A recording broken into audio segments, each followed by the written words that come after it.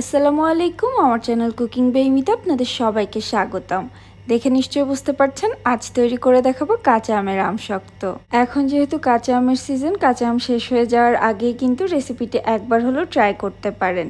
এটা তৈরি করে নেওয়া খুবই সহজ আর খুবই অল্প সময় তৈরি করে নেওয়া যায়। খুব বেশি রোদ্রে দেওয়ার ঝামেলাও করতে হয় না, মাত্র 1-2 দিন রোদ্রে দিলেই কিন্তু আমশক্তটা তৈরি হয়ে যায়। খেতে তো অসম্ভব মজার হয়। যারা টক ঝাল মিষ্টি আমশক্ত খেতে পছন্দ করেন তারা রেসিপিটি একবার হলেও ট্রাই করবেন। আশা করছি আপনাদের অনেক বেশি ভালো লাগবে। আমশক্ত তৈরি করার জন্য এখানে আমি 2টা বড় সাইজের কাঁচা আম নিয়েছি, যেটা কিনা 2টা 700 গ্রামের মতো হবে। তবে আপনারা চাইলে কিন্তু বেশি বা কমও তৈরি করতে পারেন।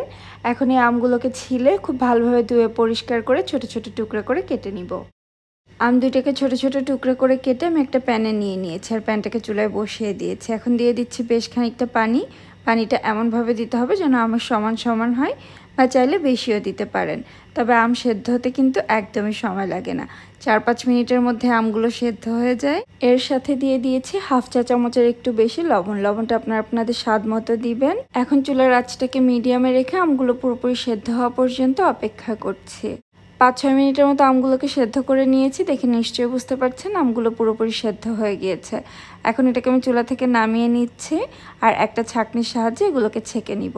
আমগুলোকে ছেঁকে নিলে আমের সাথে যে আটিগুলো রয়ে গিয়েছে সেগুলো আলাদা হয়ে যাবে, আর আমের ভেতরে কোনো বড় অংশ থাকলে সেটাও আলাদা হয়ে যাবে। অবশ্যই চেষ্টা করবেন এটাকে ছেঁকে নেওয়ার জন্য, তাহলে আমশক্তটা একদমই স্মুথ হবে। এভাবে ছেঁকে নিলে একদম স্মুথ একটা পিউরে বা পাল্প পাওয়া যায়। একইভাবে সবটুকু সেদ্ধ আম ছেঁকে সেটাকে আবারও সেম প্যানে ঢেলে নিয়েছি। এখন এই প্যানটাকে চুলায় বসিয়ে দিচ্ছি। এর সাথে দিয়ে দিচ্ছি 1/2 কাপ চিনি।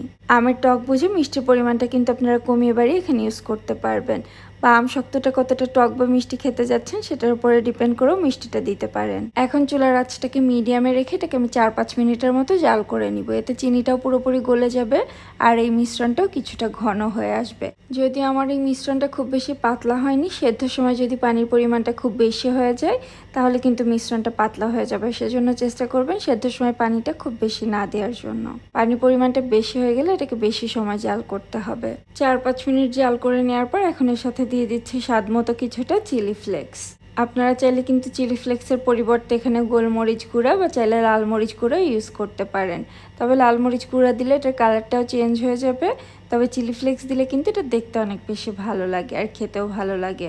আর খুব সামান্য একটু গ্রিন কালারের ফুড কালার দিয়ে নিয়েছি, এতে খুব সুন্দর একটা কালার আসবে। তবে এটা কিন্তু অপশনাল, যেহেতু কাঁচা আমের আমশক্ত তৈরি করছি, একটু কালার দিলে এটা দেখতে অনেক বেশি ভালো লাগে। তবে আপনারা দিতে না চাইলে না দিলেও চলবে। এই সব কিছুকে খুব ভালোভাবে মিশিয়ে আমি এটাকে আরও কিছুক্ষণ জাল করে নিচ্ছি।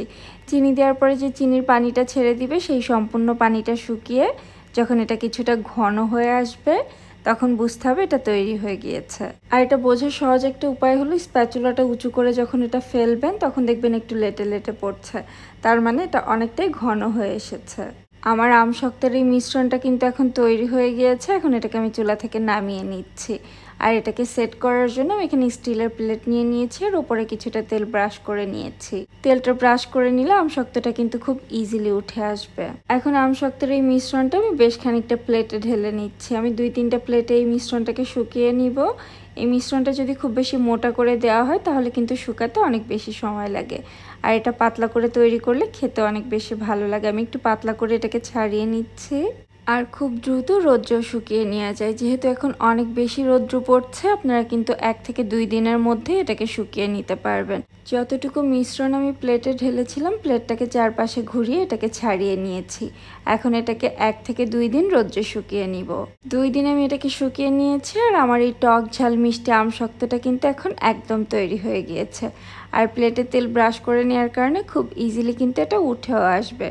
যদি দেখেন উঠছে না তাহলে বুঝতে হবে এটা এখনও ভালোভাবে শুকায়নি, এটাকে আরও একদিন শুকিয়ে নিতে হবে। আমার এই আমশক্তটা কিন্তু তৈরি হয়ে গিয়েছে, প্লেট থেকে উঠে এসেছে। আর দেখে নিশ্চয়ই বুঝতে পারছেন এটা কতটা পাতলা আর কত সুন্দর হয়েছে।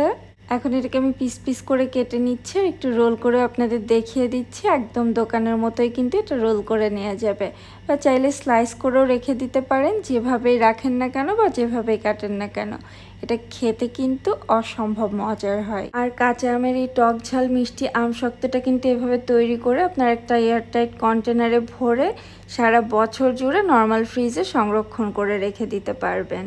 আমি আশা করছি আমার আজকের এই রেসিপিটিও আপনাদের ভালো লেগেছে। ভালো লেগে থাকলে একটি লাইক এবং কমেন্ট করতে ভুলবেন না। আর প্লিজ আমার চ্যানেলটিও সাবস্ক্রাইব করে রাখবেন। আজ এখানেই বিদায় নিচ্ছি, আবার নতুন কোনো রেসিপি নিয়ে চলে আসবো। সে পর্যন্ত সবাই অনেক বেশি ভালো থাকবেন আর আমাদের জন্য দোয়া করবেন। আল্লাহ হাফেজ।